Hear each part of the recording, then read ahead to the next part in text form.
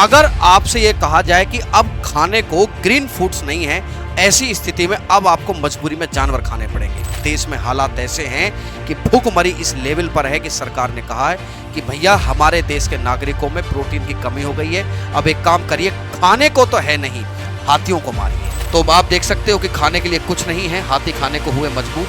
यूं तो इस देश में दुनिया की दूसरी सबसे बड़ी हाथी आबादी रहती है, इसका अर्थ थोड़ी मार के खा जाए, लेकिन हालात ऐसे हैं। हालांकि पूरी दुनिया में क्रिटिसिज्म झेलना पड़ सकता है, लेकिन फिर भी भाई साहब भूख से ऊपर तो कोई क्रिटिसिज्म नहीं है। जब हम भूखे ही नहीं, जब हम रहेंगे ही नहीं, भूख से मर जाएंगे, तो किस बात की आलोचना कि आखिरकार जिम्बाब्वे में ऐसे हालात पैदा कैसे हुए।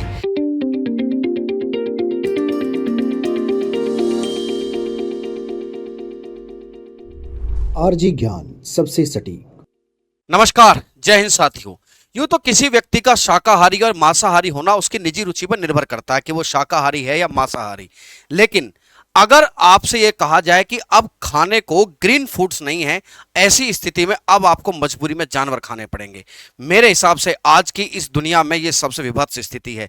हम लोग जब एक विकसित बनने की रेस में इस लेवल पर आगे बढ़ चुके हैं, उस स्थिति में भी इंसान को भूखमरी का सामना करना पड़े। जब पूरी दुनिया के देश इस बात का दावा करते हैं कि उन्होंने यूनाइटेड नेशंस के माध्यम से, अलग अलग संस्थाओं के माध्यम से पूरी दुनिया में भूखमरी, कुपोषण को लेकर हम लोग जो है मदद कर रहे हैं, इस तरह तरह के दावे करते रहे हों पूरे दुनिया के विकसित देश। ऐसी स्थिति में आज एक देश में हालात ऐसे हैं कि भूखमरी इस लेवल पर है कि सरकार ने कहा है कि भैया हमारे देश के नागरिकों में प्रोटीन की कमी हो गई है, अब एक काम करिए, खाने को तो है नहीं, हाथियों को मारिए। हाथियों को मारकर उनको प्रोटीन, उनसे के मांस से प्रोटीन की पूर्ति कराइए जहां पर खाने की कमी है।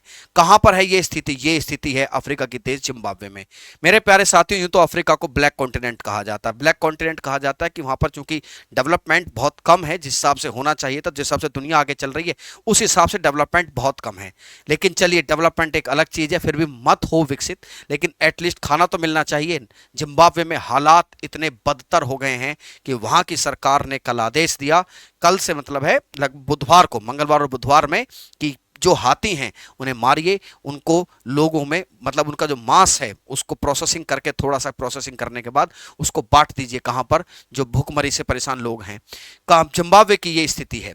तो आप देख सकते हो कि खाने के लिए कुछ नहीं है, हाथी खाने को हुए मजबूर। ये कुछ न्यूज़ देख सकते हो कि 200 हाथियों को मारने की परमिशन दे दी है जिम्बाब्वे की सरकार ने। मेरे प्यारे साथियों, अकेला जिम्बाब्वे ऐसा देश नहीं है इस कॉन्टिनेंट में। इससे कुछ दिन पहले नामीबिया ने भी ऐसे ही जो है एक परमिशन दी थी। कहां है जिम्बाब्वे? पहले आप देख लीजिए। जिम्बाब्वे अफ्रीका के दक्षिण में पड़ता है, जिसके एक तरफ बोत्सवाना है, नामीबिया, जाम्बिया, मोजाम्बिक, और नीचे पड़ता है साउथ अफ्रीका। यूं तो इस देश में दुनिया की दूसरी सबसे बड़ी हाथी आबादी रहती है, इसका अर्थ थोड़ी कि मार के खा जाए, लेकिन हालात ऐसे हैं। भूखमरी, सूखे की वजह से 50% से ज्यादा फसलें नष्ट हो गई हैं। वैसे भी ये देश कोई बहुत ज्यादा अमीर देश तो है नहीं, तो ऐसी स्थिति में भूख से कैसे निपटा जाए? सरकार ने आदेश दिया कि भैया हम एक काम करते हैं, इन हाथियों को मारते हैं और इनके मांस को खाने के लिए प्रोवाइड करा देते हैं। ठीक है, हालांकि पूरी दुनिया में क्रिटिसिज्म झेलना पड़ सकता है, लेकिन फिर भी भाई साहब भूख से ऊपर तो कोई क्रिटिसिज्म नहीं है। जब हम भूखे ही नहीं, जब हम रहेंगे ही नहीं, भूख से मर जाएंगे, तो किस बात की आलोचना। तो जिम्बाब्वे की सरकार ने इस चीज का आदेश दिया है कि भैया हाथियों को मारिए और वहां पर आप बंटवा दीजिए। इसके पास में ही ये कोई नई खबर नहीं है वहां पर, इससे पहले बोत्सवाना में भी ऐसी स्थिति देखने गई थी, सॉरी नामीबिया में।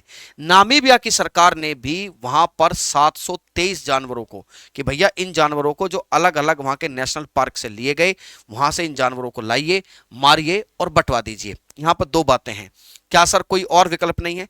हालांकि जिन देशों की गृह सरकारें इस बात को भी कह रही हैं कि साहब देखिए, एक तो भूखमरी तो वजह है ही, दूसरी बड़ी वजह यह कि हमारे यहाँ हाथियों की संख्या बहुत ज्यादा है। आपको मैं जानकारी के लिए बता दूं कि हाथियों की जो सबसे ज्यादा संख्या है, हाथियों की संख्या के मामले में सबसे पहले नंबर पर बोत्सवाना है, उसके बाद जिम्बाब्वे, तंजानिया, फिर भारत। चौथे नंबर पर आता है भारत पूरी दुनिया में हाथियों की आबादी के मामले में। यह कह देना कि हाथियों से इंसान का संघर्ष हो रहा है, मैं इस चीज के घोर विरोधी हूं, क्योंकि जानवर तुम्हारी तरफ नहीं आए, तुम जानवरों की तरफ गए हो। समस्या वही है। आपको थोड़ा सा मैं एक हटके एक चीज और बताऊं, अभी हाल ही में उत्तर प्रदेश में घटनाएं हो रही हैं जहां पर भेड़िए अटैक कर रहे हैं, भेड़िए बच्चों को ले जा रहे हैं। तो है तो दुख की बात, बच्चों की इस तरीके से तो बहुत दुख की बात है, लेकिन प्रश्न ये बनता है कि आखिरकार ये भेड़िए अचानक से हमलावर क्यों हुए, ये क्यों मानव बस्तियों में आने लगे? तो ऐसा ही कुछ नामीबिया, बोत्सवाना, जिम्बाब्वे की सरकार कह रही है कि एक तो हम भूख से परेशान हैं ही, साथ में हाथियों से संघर्ष भी एक बहुत बड़ी वजह बनता जा रहा है। इसलिए हम उस जगह पर हाथियों को मारेंगे जहां पर हाथियों की संख्या ज्यादा है, वहां से मारकर हम प्रोसेसिंग करने के बाद वहां पर प्रोवाइड कराएंगे जहां पर लोगों को खाने की सख्त जरूरत है। तो सबसे ज्यादा हाथी कहां है? बोत्सवाना में, फिर जिम्बाब्वे में है, जहां की मैं बात हूं लगभग 84,000 हाथी आसपास हैं। भारत में 27,000 के आसपास हाथी मौजूद हैं। तो हुआ अच्छा, एक चीज इस लिस्ट को देखने से पता चलेगा कि हाथियों की सबसे बड़ी संख्या अफ्रीका में ही रहती है। जंगल खुले हैं, ठीक है, थोड़े से वन भी ठीक ठाक है, जंगल खुले हैं, विचरण के लिए आजादी मिल जाती है, तो वहां पर हाथियों की संख्या ठीक ठाक है।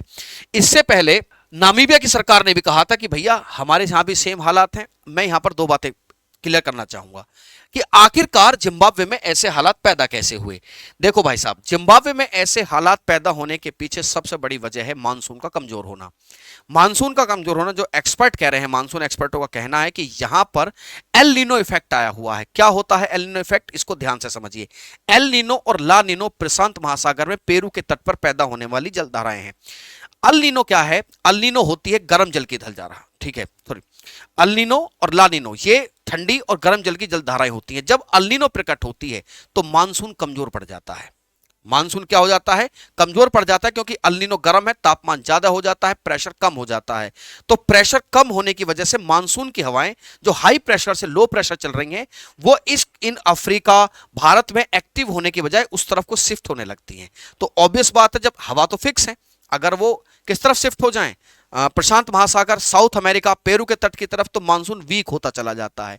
इसके वाइसा वर्षा होती है ला नीनो। ला नीनो का आप सीधा समझो, ला नीनो मतलब मानसून अच्छा रहता है। यह जलधारा जब एक्टिव होती है, जब ठंडी जलधारा वहां प्रकट होती है, उसे ला नीनो कहते हैं। टेम्परेचर कम होता है, प्रेशर ज्यादा होता है। हवा की एक फितरत होती है, हवा का एक नियम है ज्योग्राफी का कि उच्च वायुदाब से निम्न वायुदाब, high pressure to low pressure चलती है। तो वहां से ये हवाएं, जो हवा इस तरफ को जा रही थी, ये तो जाती ही नहीं है, वहां से भी हवाएं भारतीय उपमहाद्वीप की तरफ आ जाती है, जिसमें अफ्रीका भी चपेट में आता है। तो ला नीनो से होता क्या कि मानसून बहुत ज्यादा एक्टिव हो जाता है और बारिश ज्यादा आती है। मोटे मोटे तौर पर आप ऐसे समझ सकते हो कि अल नीनो मानसून कमजोर, ला नीनो मानसून ज्यादा एक्टिव। तो एक्सपर्ट्स का कहना है कि जिम्बाब्वे अल नीनो इफेक्ट में है। यह पूरा का पूरा इलाका इस समय अल नीनो इफेक्ट से जूझ रहा है, जिसकी वजह से यहां पर बारिश कम है, फसलें नष्ट हो चुकी हैं। मजबूरी में क्या करें, अब चूंकि खाना तो पूर्ति करना पड़ेगा, तो हमने 200 हाथियों को मारने के आदेश दिए हैं। और ये 200 हाथी किस क्षेत्र में मारे जाएंगे? इन 200 हाथियों को कहा गया कि उस क्षेत्र में जहां पर यह संघर्ष बहुत ज्यादा है। अब इसके बाद आप सोच सकते हो कि सर ये तो ठीक है, मतलब एक ऐसा देश मान लीजिए कि हाथी है, तो देख सर कई जगह स्थिति ऐसी हो जाती है, तो आप मंगा लीजिए, आप इंपोर्ट कर लीजिए गेहूं वगैरह को। भैया देखो, इतना पैसा जिम्बाब्वे के पास है नहीं, लेकिन जिम्बाब्वे के पास एक खजाना है। कौन सा खजाना? यह खजाना है जिम्बाब्वे के पास हाथी दांतों का। हाथी दांतों का एक बड़ा खजाना जिम्बाब्वे के पास मौजूद है। लेकिन आपको यह पता होना चाहिए कि हाथी दांतों को खरीदना, बेचना, है ना, अंतरराष्ट्रीय स्तर पर गैर कानूनी माना जाता है। लेकिन अगर अब हाथी मर गए हैं तो उनके हाथी दांत तो इकट्ठे वहां पर हो ही जाएंगे, बहुत सारे हाथी दांत वहां पर अवेलेबल हैं।